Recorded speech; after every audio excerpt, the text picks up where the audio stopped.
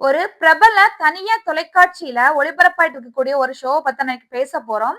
தம்ப்நெயில்ல பார்த்திருப்பீங்க எல்லாருமே. இந்த ஷோ வந்து சட்டசபை வரைக்கும் போயிருக்கு அப்படின்னு சொன்னா, எவ்வளவுத்துக்கு பெரிய ஒரு ஷோவா இருக்கும்னு பார்த்துக்கோங்க எல்லாருமே. இந்த ஷோ பார்த்தீங்கன்னா, இதோட ஷோவோட பேர் வந்து பிக் பாஸ். இந்த ஷோ தமிழ்ல மட்டும் கிடையாது. ஹிந்தி எல்லா லாங்குவேஜ்லயுமே கிட்டத்தட்ட போயிட்டு இருக்குன்னு சொல்லலாம் இந்த ஷோ.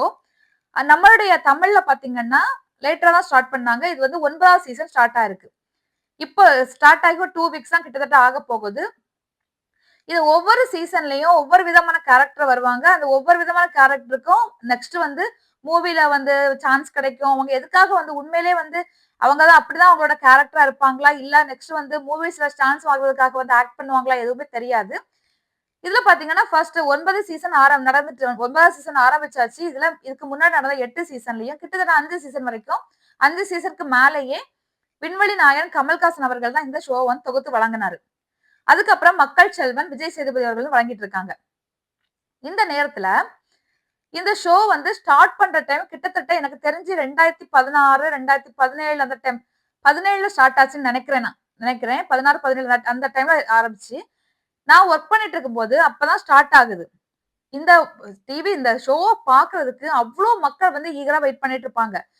பார்த்தவங்க இன்னைக்கு இப்படி நடந்துச்சு, அன்னைக்கு நடந்துச்சு, நாளைக்கு நடக்க போகுதோ, இவன் இப்படி பண்ணிட்டா, அவன் இப்படி பண்ணிட்டான்ட்டு எங்க ஆபீஸ் மொத்தமா இந்த பிக் பாஸ் பத்தின பேச்சா தான் இருக்கும். ஆனா எனக்கு வந்து அந்த கேரக்டர் யார் யாருன்னு எனக்கு தெரியாது. அதுக்கப்புறமா தான் வந்து நானும் வந்து நோட் பண்ண ஆரம்பிச்சு இது என்ன அப்படின்னு சொல்லிட்டு பார்க்கும்போது தான், அது வந்து சிம்பிளா சொல்ல போயிருச்சா மக்கள் கிட்ட கேட்டா அது வந்து ஒரு விபச்சார விடுதி அப்படின்ட்டு சொல்றாங்க எல்லாருமே. இத வந்து ஒரு பொழுதுபோக்கா நிகழ்ச்சியா பார்க்கலாமா? இல்ல வந்து பிடிக்காதவங்க விட்டுருங்க அப்படின்னு சொல்லி கூட நினைக்கலாம்.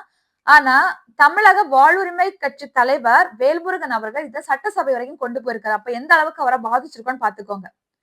கோவில்பட்டியில இருக்கிற மக்கள் கிட்ட இந்த ஷோவ பத்தி கேட்கும்போது, இந்த ஷோ வந்து நடத்தலாமா? இல்ல தடை செய்யணுமா? அப்படின்னு கேட்கும்போது, என்ன பொறுத்தவரைக்கும் இந்த ஷோவ கண்டிப்பா வந்து தடை செய்யணும்.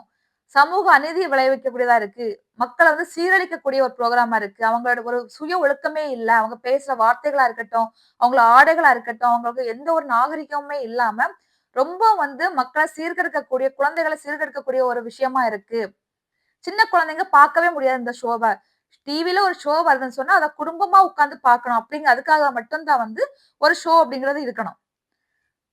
சில படங்கள் இருக்கு. எல்லாரும் பார்க்கக்கூடிய படங்கள் இருக்கு. இல்ல பார்க்கக்கூடாத படங்கள் இருக்கு. அது ஓகே. ஆனா ஒரு ஒரு என்டர்டெயின்மென்ட் அப்படின்னு சொல்லிட்டு ஒரு ஷோ வரும்போது, வீட்ல எல்லாருமே சேர்ந்து உட்கார்ந்து பார்க்கக்கூடிய ஒரு ஷோவா தான் இருக்கணும். ஆனா இதுல பலரும் சொல்லக்கூடிய ஒரு விஷயம் என்ன, இது குழந்தைங்க இத பார்த்தாங்க அப்படின்னு சொன்னா, கண்டிப்பா அதுலருந்து நெறைய கெட்ட வார்த்தைகள கத்துப்பாங்க. ஒரு ஒழுக்கம்னா என்னன்னே இல்லாம போயிரும் பிள்ளைங்கலாம் பார்த்தாங்கன்னா அப்படின்னு சொல்லிட்டு மக்கள் சொல்றாங்க. ஒரு சிலர் மட்டும் என்ன சொல்றாங்கன்னா, ஷோவா மட்டும் பாருங்க. பொழுதுபோக்கு நிகழ்ச்சியா மட்டும் பாருங்க. பார்க்கலையா பல புரோகிராம் இருக்கு உங்களுக்கு. பொழுதுபோக்கு நிகழ்ச்சிகள் இருக்கு. பல சேனல்கள் இருக்கு. அங்க போய் பாருங்க. இத விட்டுருங்க. எதுக்கு இத வந்து சட்டசபை வரைக்கும் கொண்டு போறீங்க அப்படின்னு சில பேர் கேட்கறாங்க. அவங்களோட மைண்ட் செட் எப்படி இருக்கு? அவங்க வீட்ல குழந்தைங்கலாம் இருக்காங்களா என்னன்னு நமக்கு தெரியாது. இத வந்து சட்டசபை வரைக்கும் கொண்டு போய் இத நீங்க இந்த சேனல வந்து இந்த ஷோ வந்து பேன் பண்ணலன்னு சொன்னா, நாங்க வந்து வேற மாதிரி முடிவுகள் எடுக்கப்படும் அப்படின்னு சொல்லிட்டு வேல்முருகன் அவர்கள் வாழ்வுரிமை கட்சி தலைவர். இவர் எம்.எல்.ஏ.வா இருக்காரு. இவர் வந்து சொல்லியிருக்காரு.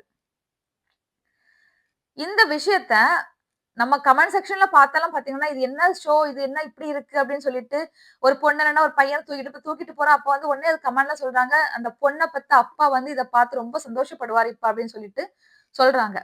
அந்த அளவுக்கு ரொம்ப வந்து ஒரு வொர்ஸ்ட்டான ஒரு ஷோவா போயிட்டு இருக்கு. அவங்க பேச்சுகள், அவங்களுடைய டிரெஸ்ஸிங் சென்ஸ் எதுவுமே வந்து நல்லா இல்ல.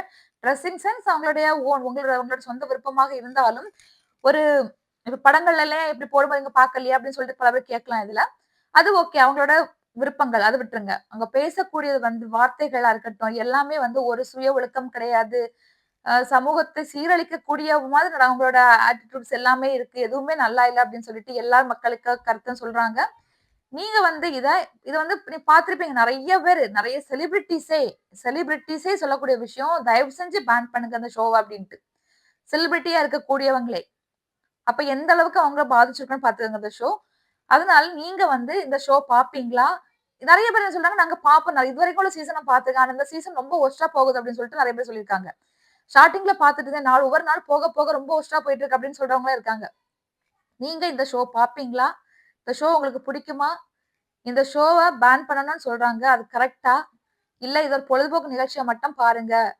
மத்தபடி எடுத்துட்டு போகாதீங்க. புடிச்சா பாருங்க, பிடிக்கலன்னா பார்க்காதீங்க அப்படின்னு சொல்றீங்களா? கண்டிப்பா கமெண்ட்ல சொல்லுங்க.